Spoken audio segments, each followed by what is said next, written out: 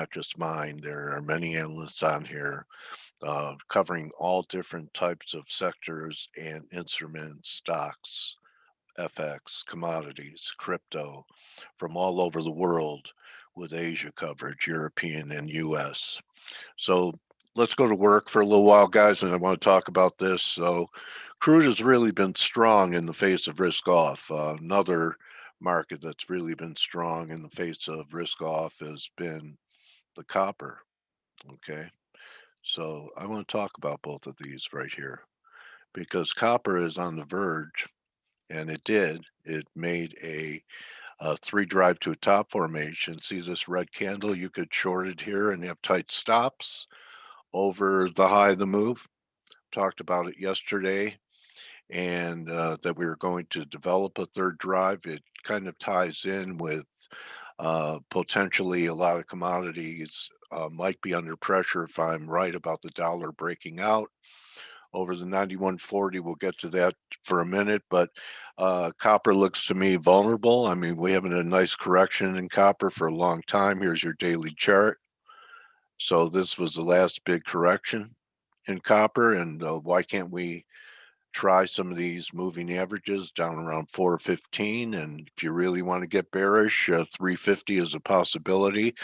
And this, I believe, is going to be a counter trend move, just like the dollar. And what a great buying opportunity it'll be at about the 350 level if the dollar pressures commodity prices lower. I have many candidates. In fact, you know what? This is a time when you make up a list and you know what sectors you want to buy. It might be uranium, that's been a performer. It might be precious metals. So if we get this correction across the board in commodities because of a stronger dollar, I think that can create nice buying opportunities in copper, which has really been a phenomenal performer. It's really, I think, even outperformed silver on a 1 year basis, right? So interesting to see that it finally topped. We had this high move sideways, and Ellioticians, this may have been a wave four. And I'm not an Elliotician. I know just enough to be dangerous.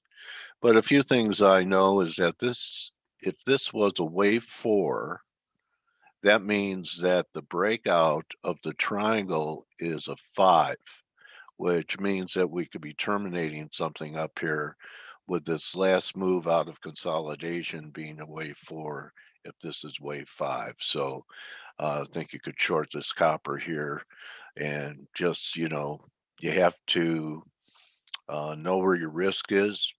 There'd be nothing wrong with risking the high of the week, uh, which is about 458. So you're risking about 7 cents in the copper from here because we're currently down. So does anyone know what the other standout is in the commodity complex, economically sensitive, that held up with the NASDAQ getting hammered? Plus, we are having a recovery in stock indexes from yesterday afternoon. I'll get to that in a little while. But the other candidate that has fought the trend of, this, this, okay, very, very big sell off. And, we've sold off about 600, 700 points in NASDAQ over the last week and a half from the high that it made last week or a double top it made last week. To me, I know I'm jumping around a little bit, but doesn't mean that this is the bottom either, right? Look at this low, and I'm looking at the 1 hour TF. So, I talked about confirmed highs the other day.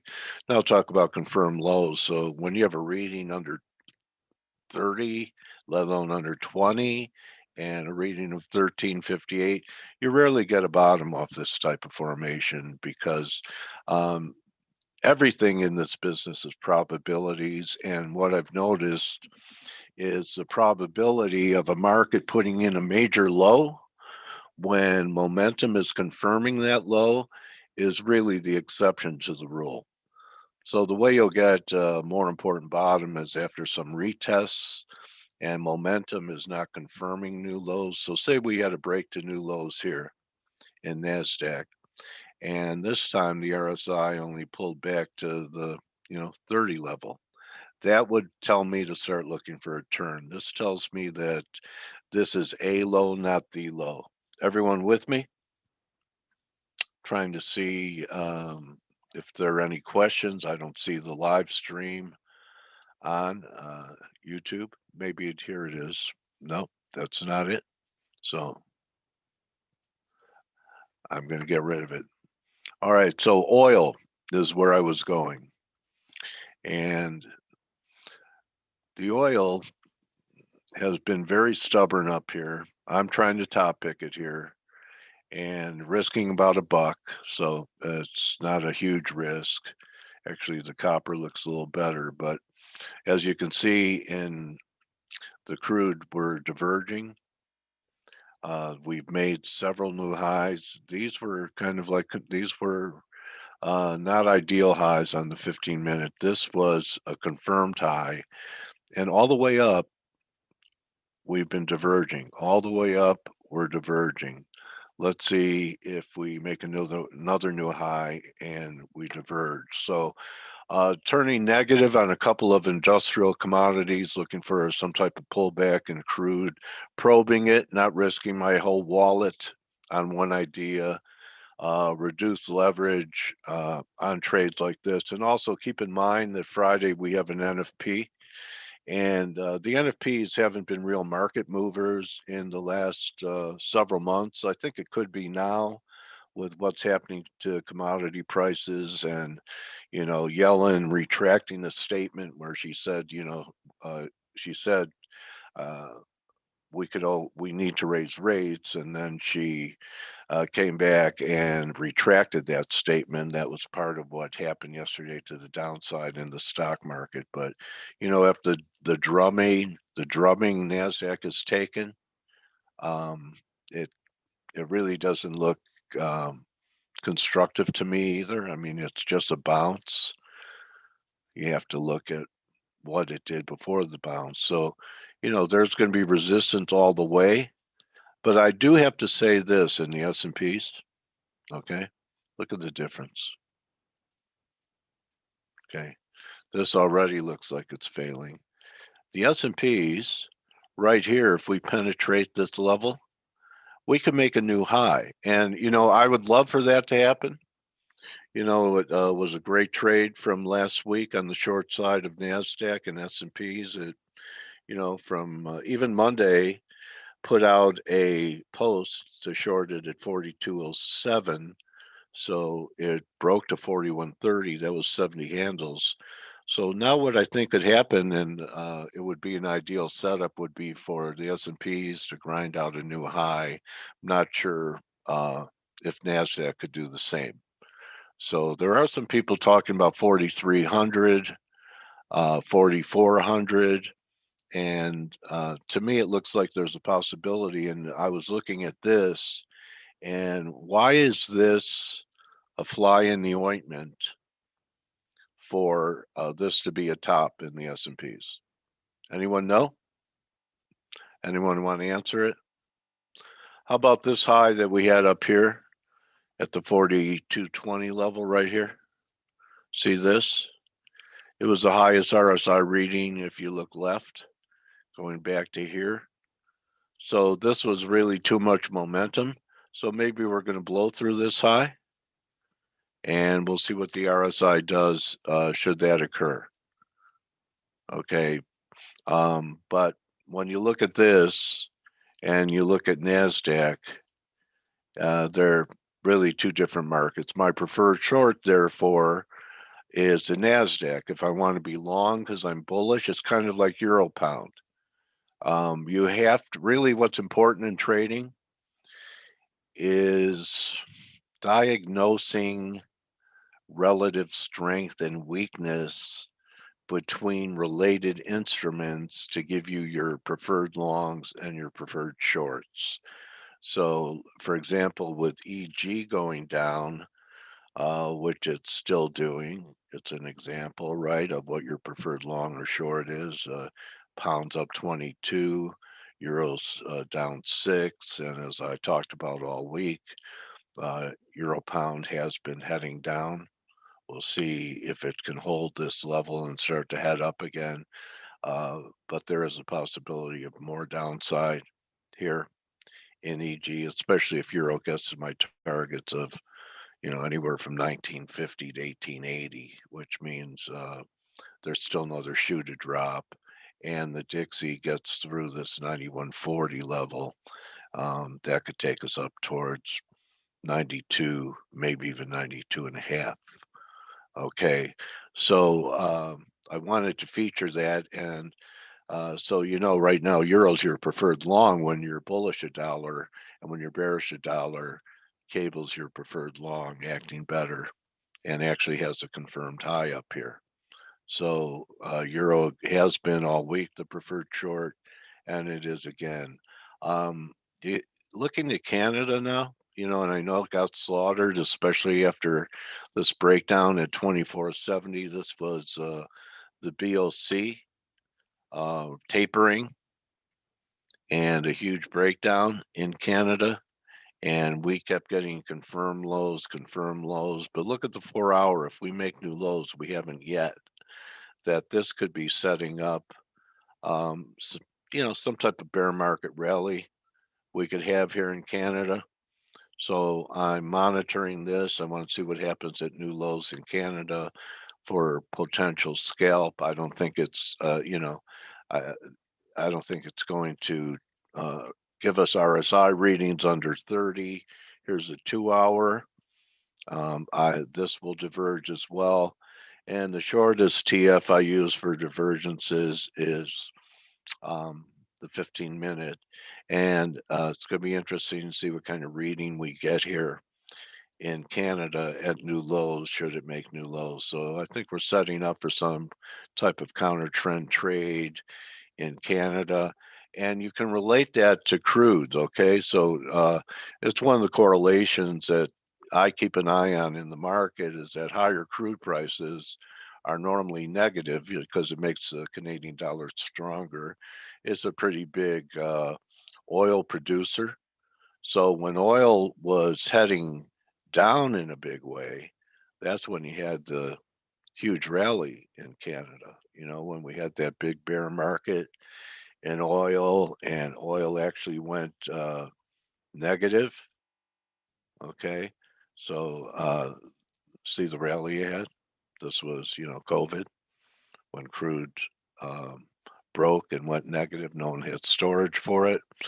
So, I don't know why after a big break like this from 146, it's almost 2,000 handles, why we can't pull back, rally 38%, which would be about 700 points back to 130. So, looking for something counter trend to do here. Looks like we're getting some type of wedge formation on the weekly. I think I have to draw on those lines on some of my shorter term stuff, just extend it out like this. So we're getting close to something happening here. Looks like a falling wedge. Interesting too. You guys know I talk about wedges and what kind of potential wedges offer us. Maybe I'll just ignore that poke. And it's a downtrend or a falling wedge. We turn good, looks like at 480. This is your daily chart. So we also have some moving averages up there on the daily chart as well. So this is on my buy list, on my grocery list. Start monitoring what you're seeing in Canada as well. All right, so now we'll just do the rundown of markets I've been covering. You're short from 2070 if you took the call. I'd like for you to be out of all positions before the number on Friday morning. So maybe you could hold it maybe for another, what's today, Wednesday? Another couple days, another 36 hours or so. But remember, looking for this wave to end, that you should be taking a lot off the table between this 1950 level and 1880. Okay, that's still a great trade. It's going to be, I'm short from the wedge high, and if you sold this rally right now, you have about 70 pips. So better than a sharp stick being poked in your eye, pulling out even 70 right here. You know, you could take it all off now and just relax until the NFP. So, I want to I want to tell you something about the NFP. All right. To me, it's a red number, even though for a while it hasn't been having major impact on the markets. But, you could throw your charts out on a red number like the NFP or on a central bank. I mean, look at what I just showed you in Canada. Okay, I remember because I tried to buy this break on the central banks. I thought I was pretty bullish Canada, thinking we were going to break out here. Okay, so you know what? Newsflash, I'm wrong. I'm wrong a lot. You know, let me tell you something. There's nothing wrong in being wrong, but there is a problem being wrong and staying wrong. Okay, write it down. It's okay to be wrong. It's not okay to stay wrong. So see how you didn't see this coming, and it's also the most volatile, biggest candle on the chart. So, I like to step aside and react to numbers rather than predict numbers. In fact, when I was um, the anchor of a service called LAR on FX Street, someone came to me and said, Coach, I bought the euro right before the NFP. The number came in weak, and the euro rallied 100 pips, and I took it. And I said, good guess, because that's all it is. So as traders, I prefer to react to news rather than trying to anticipate it. That's kind of a binary roulette bet, red or black. It's really not trading. I'm not saying you can't hold some positions into it, especially if you have a lead. I wouldn't take losers into major reports and hope that a news event's going to change the destiny of your trade. And that's why they call me coach, because I want to help you guys from making it's a one mistake business, and you don't want to make that one mistake. So, just reminding you of some of the landmines that I've stepped on to help you avoid them. Okay. Like I said, pound's acting better than euro. I'm still negative. It's starting to give me a little look of a descending triangle, which is a reversal formation. So you have this flat bottom here at 38, and you have at least one lower peak. We'll see if we get two. It's going to have to break out over about 39 and a half, 39.60. But the implications of this is a descending triangle because it's descending and it's got a flat bottom. And the measured move is going to be down here. And this is just a 4-hour chart. So dollar's still trying. We've had a few different tests up here at the breakout level. See, here's they turned it back again. I think next time we knock on the door, we'll break through. So still like the dollar. Okay, talked about buying it this week at the 90.80 level. It was on this pullback right here. This was Monday. So into the NFP, you have a nice little lead. You had maybe 50 points in the Dixie. And, I really wouldn't be that against buying a breakout over 91.40 on a closing candle, not on an intraday candle. And as far as an intraday candle, let me show you why. It happened in gold, and it was this day. See this? So 1760 is a big breakout area, and it came close to testing it a few times. And then one day it was really getting flushed hard. I think we were down, 20 bucks or so, but it didn't negate the breakdown. It cleaned out probably some stops, but ended up closing above it. So when I talk about breakdowns, you have to wait for a candle to close down here. I don't care what TF you go on, you didn't have it closed, so it turned out to be more of a stop hunt, right? So when I'm talking about a descending triangle in the pound, and you could see it tried it here a few times to break down, you need a candle to close underneath it for the formation to be activated. Everyone with me? So that's cable. I still like the downside in cable. I just at this moment in time believe that the euro is a better short because of relative strength.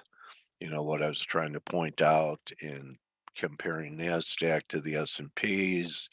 Here's another comparison. EG gives me, um, my gives me my roadmap for my preferred longs and shorts, depending upon the trend. So I do that between the S&Ps and Nasdaq. I also do it since I was just talking about gold with the precious metals by looking at the gold silver ratio. We had a nice little reversal here. Maybe we're not going to new lows and there's still more of a correction left. So let me ask you this. If the gold silver ratio begins to trend up, right, what's your preferred long?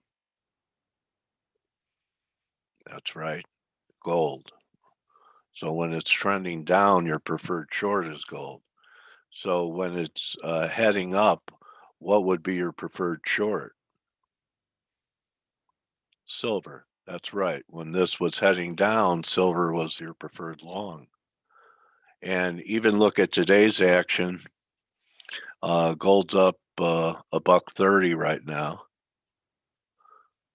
Okay, it held 770, just spiked down there.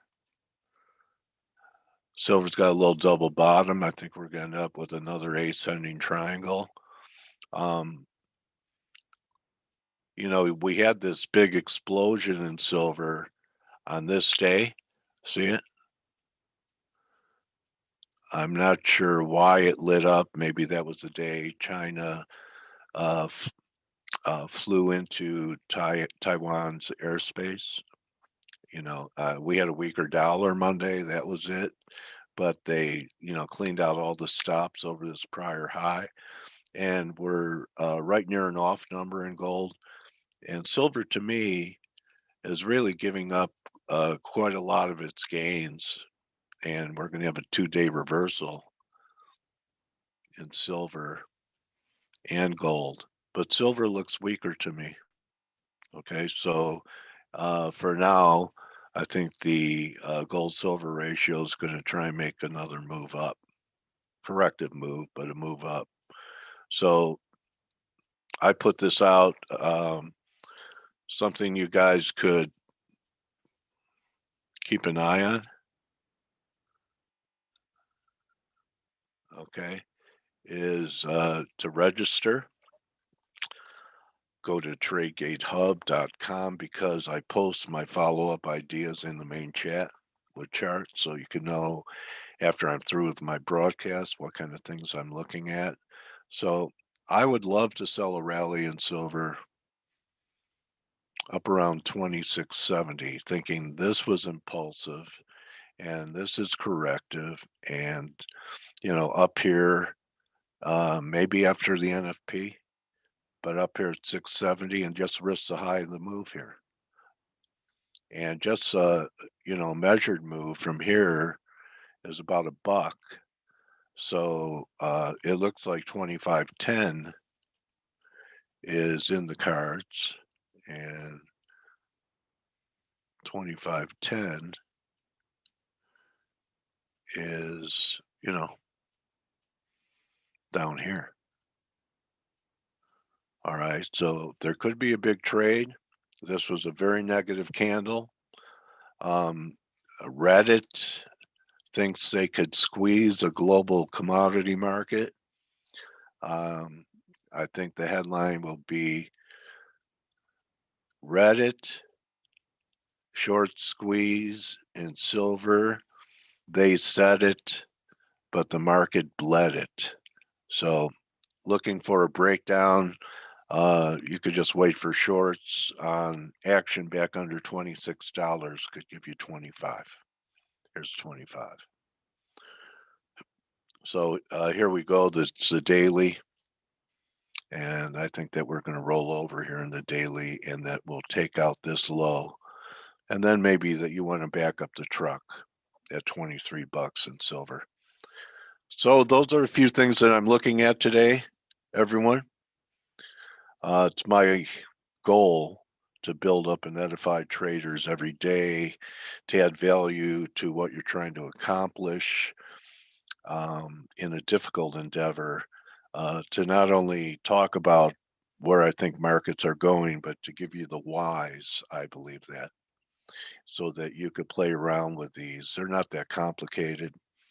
Three drives are pretty easy to identify when you start looking for them, and the RSI pattern that kind of helps you identify higher probability ones that'll work out based on RSI readings under 70 for top picking and above 30 for bottom picking after a few divergences.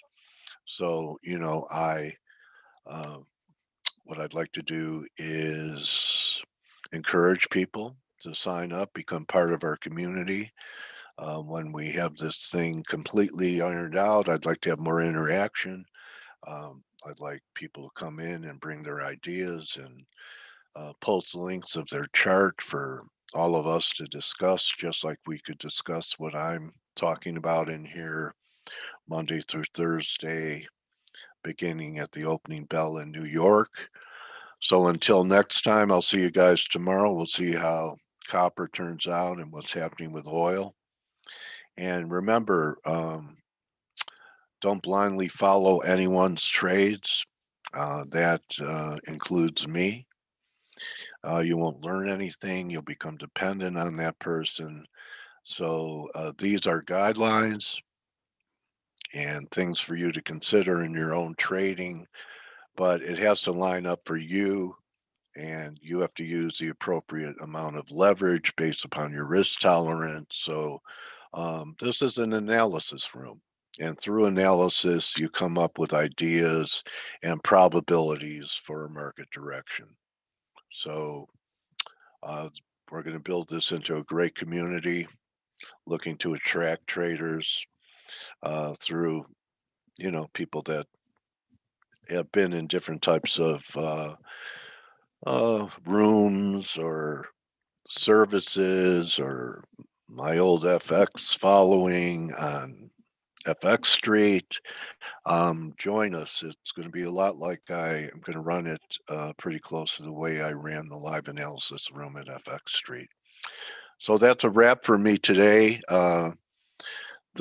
The rally in the S&P is already fading.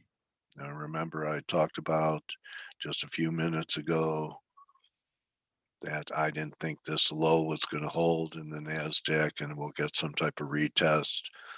Dollar's starting to firm up again. You now have from your 1970 short, you have 75 pips as the euro is starting to head down again from the recommended entry up there.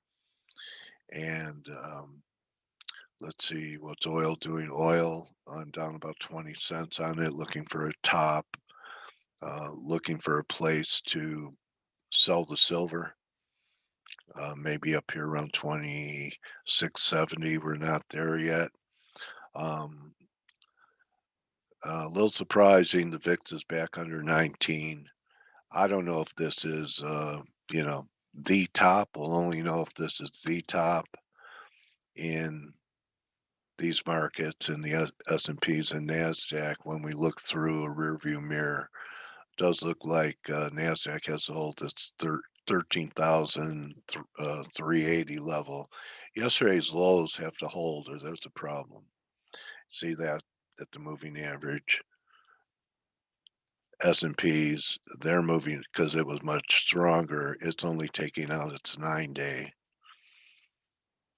Okay, so I'm gonna bring, Gil back into the meeting.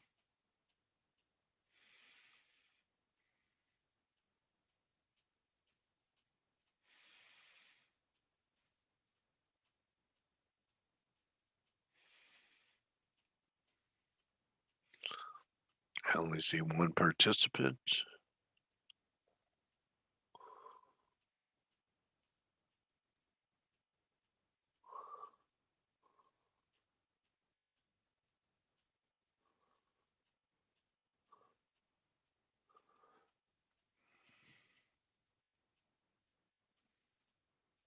Oh, okay, I have to invite you.